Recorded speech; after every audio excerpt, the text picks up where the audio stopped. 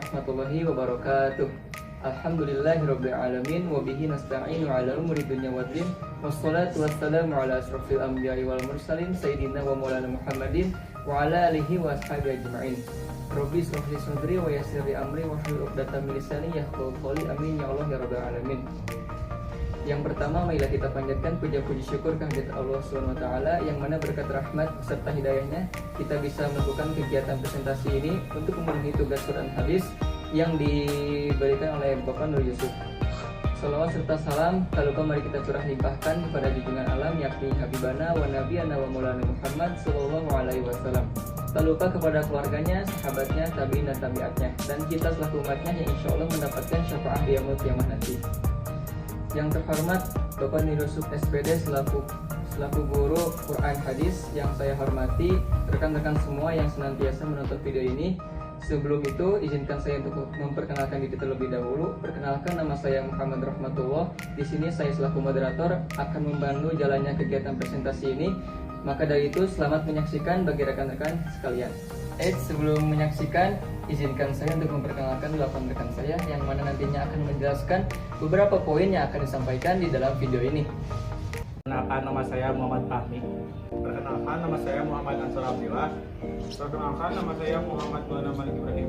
Halo, perkenalkan nama saya Rekbana Maulida Zahran. Perkenalkan, nama saya Siti Rasifah Sidik. Perkenalkan, nama saya Najwa Saida Suki. Perkenalkan, nama saya Dewi Zainabul Muhammad dan saya Rosadi. Baik, untuk penjelasan pertama akan disampaikan oleh kedua rekan saya. Yang pertama oleh Erna Sari dan yang kedua oleh Muhammad Ansyur Abdillah. Kepadanya saya persilahkan.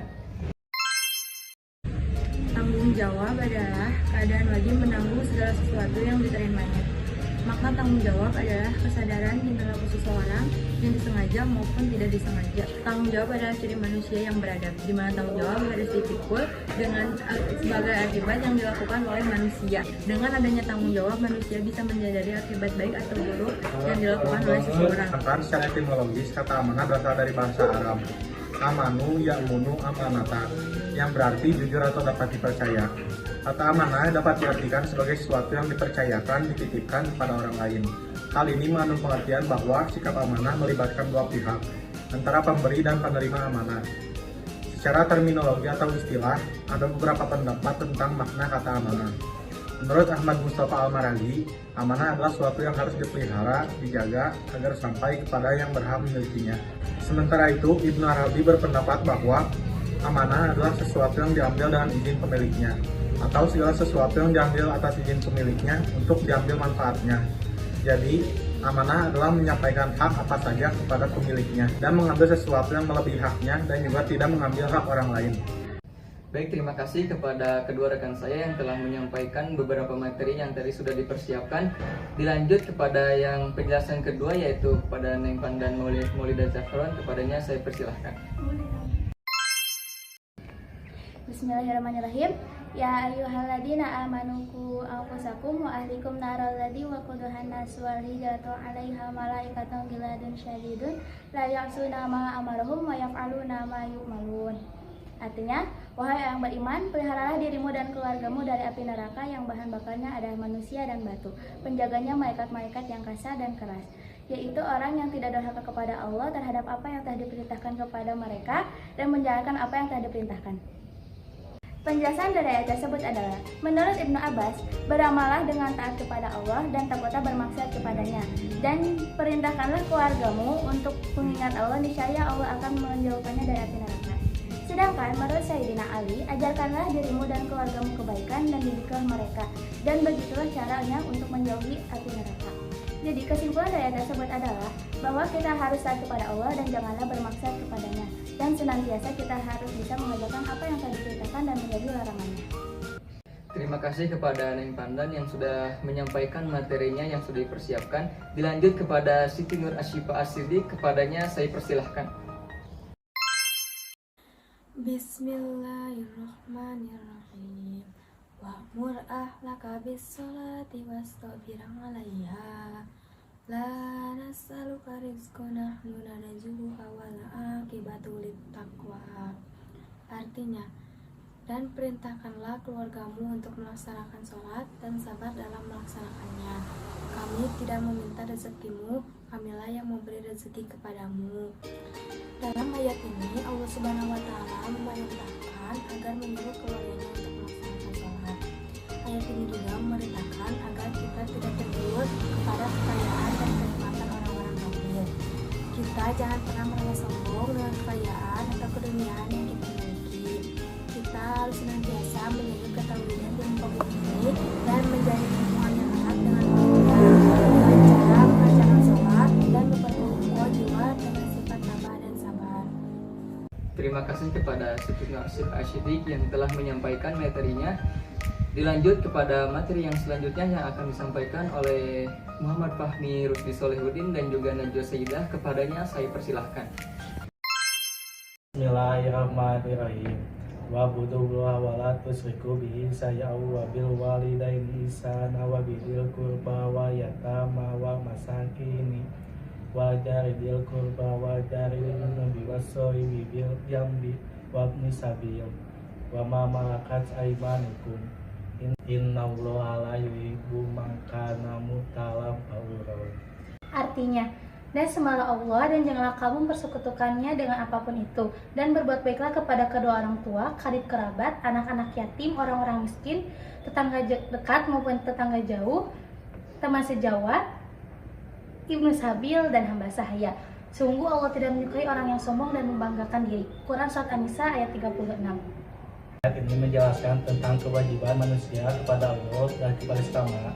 Kita harus menjalankan apa yang diperintahkan oleh Allah Subhanahu wa Ta'ala dalam menjalankan ibadah makruh dan doa makruh dalam rangka untuk memperoleh ridha Allah Subhanahu wa Ta'ala.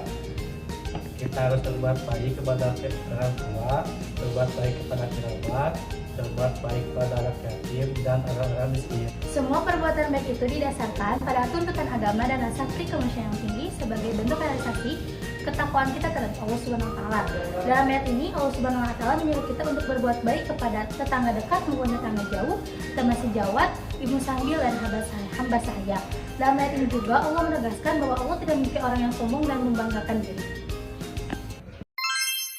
Bismillahirrahmanirrahim. Hadatsana Abu Yamani akhbarna Suhaibun an-Zuhri qala akhbarni Salim bin Abdillahi an Abdullah bin Umar radhiyallahu anhuma sami Rasulullah sallallahu alaihi wasallam yaqulu kullukum ra'in wa huwa mas'ulun an ra'iyatuhu fal imamu ra'in wa huwa mas'ulun an ra'iyatu wa rijalu fi ahlihi ra'in wa huwa mas'ulun an ra'iyatuhu wa mar'atu fi baiti zawjiha ra'iyatun wa hiya mas'ulatun an ra'iyatiha wa qadimu fi mali sayyidihi ra'in wa huwa mas'ulun an ra'iyatihi.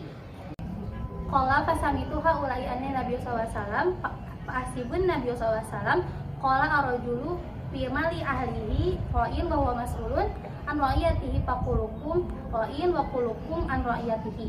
Artinya diceritakan dari Abu Yaman, dari Su'aib, dari Al-Juhri, dari Salim bin Abdullah, dari Abdullah bin Umar bahwasanya mereka mendengar Rasulullah SAW bersabda, setiap dari kalian adalah seorang pemimpin dan setiap pemimpin akan dimintai pertanggungjawabannya atas apa yang dipimpinnya, dan imam atau kepala negara adalah pemimpin dari rakyatnya dan akan dimintai pertanggungjawaban atas rakyatnya. Seorang suami adalah pemimpin dari keluarganya dan akan dimintai pertanggungjawaban atas keluarganya. Seorang istri adalah pemimpin dari urusan rumah tangga suaminya dan akan dimintai pertanggungjawaban atas urusannya tersebut. Seorang pembantu adalah pemimpin dari urusan harta tuannya dan akan dimintai pertanggungjawaban atas urusannya tersebut. Hadis riwayat Al-Bukhari. Jadi, hadis ini menjelaskan bahwa setiap dari kalian adalah seorang pemimpin, baik itu pemimpin diri sendiri maupun pemimpin bagi orang lain. Tugas adalah amanat. Untuk itu, seorang pemimpin harus menjalankan amanat sebaik-baiknya. Apabila dia lengah, maka celakalah dia, karena di samping akan menyengsarakan yang dipimpinnya, maka dia akan menyengsarakan dirinya sendiri di akhirat kelak. Namun, apabila dia menjalankan tugas sebaik-baiknya, maka dia akan diberi pahala yang besar atas apa yang dikerjakannya. Untuk itu, kita sebagai seorang manusia harus bisa mengemban amanah yang dititipkan kepada kita sebaik mungkin. Karena apabila amanah tersebut tidak dijalankan dengan baik, maka akibatnya orang tidak akan lagi mempercayai amanah kepada kita. Baik, terima kasih kepada Fahmi dan juga Najwa yang sudah menyampaikan materinya. Dilanjut kepada penjelasan selanjutnya yang akan disampaikan oleh Neng Uspi Zainatul Mukharramah. Kepadanya saya persilahkan. Adapun perilaku-perilaku yang mencerminkan orang yang bertanggung jawab dan menjaga amanah. Yang pertama, selalu taat kepada Allah dan menjauhi larangan-larangannya, serta mendidik keluarga agar selamat dari api neraka. Yang kedua, berperilaku taat dan patuh kepada Allah Subhanahu wa Ta'ala, dimulai dari diri sendiri terlebih dahulu, baru meniru orang lain. Yang ketiga, selalu melaksanakan sholat dan berbuat baik kepada orang tua. Yang keempat, senantiasa bergaul dengan orang yang suka taat kepadanya dan tidak bergaul dengan orang yang suka mempermainkan agama. Yang kelima, selalu berbuat baik kepada sesama. Yang keenam, senantiasa melaksanakan tanggung jawab dengan penuh rasa sabar dan keikhlasan. Yang ketujuh, senantiasa menjaga amanah yang telah dipercayakan kepada kita. Alhamdulillahirrahmanirrahim. Terima kasih kepada seluruh rekan kelompok 1 yang sudah menyiapkan materinya dan juga menyampaikan materi tersebut di video ini. Dilanjut kepada penjelasan yang terakhir, yaitu kesimpulan yang akan disampaikan oleh Muhammad Maulana Malik Ibrahim. Kepadanya saya persilahkan. Kesimpulan adalah tanggung jawab dalam kesadaran manusia sendiri yang disengaja maupun tidak disengaja. Arti amanah itu sendiri adalah sesuatu yang dipercayakan dan dititipkan pada orang lain. Untuk menumbuhkan rasa amanah dan tanggung jawab pada diri kita sendiri, kita harus menaati perintah Allah Subhanahu wa Ta'ala dan menjauhi larangan-larangannya. Jadi kita tidak boleh merusak apa itu amanah. Apabila kita tidak menjalankan amanah itu dengan baik, maka orang lain tidak akan ada lagi yang percaya kepada kita. Jadi kita harus menjalankan amanah itu dengan sebaik-baiknya dan sebenar-benarnya. Alhamdulillahirrahmanirrahim. Penjelasan materi dari awal sampai dengan akhir telah kami laksanakan. Nah, selanjutnya nanti akan ada beberapa soal yang sudah kami siapkan, dan soal tersebut akan disajikan di akhir video ini. Dan saya selaku moderator pamit undur diri. Mohon maaf apabila banyak salah kata. Wabillahi taufiq wal hidayah. Wassalamualaikum warahmatullahi wabarakatuh.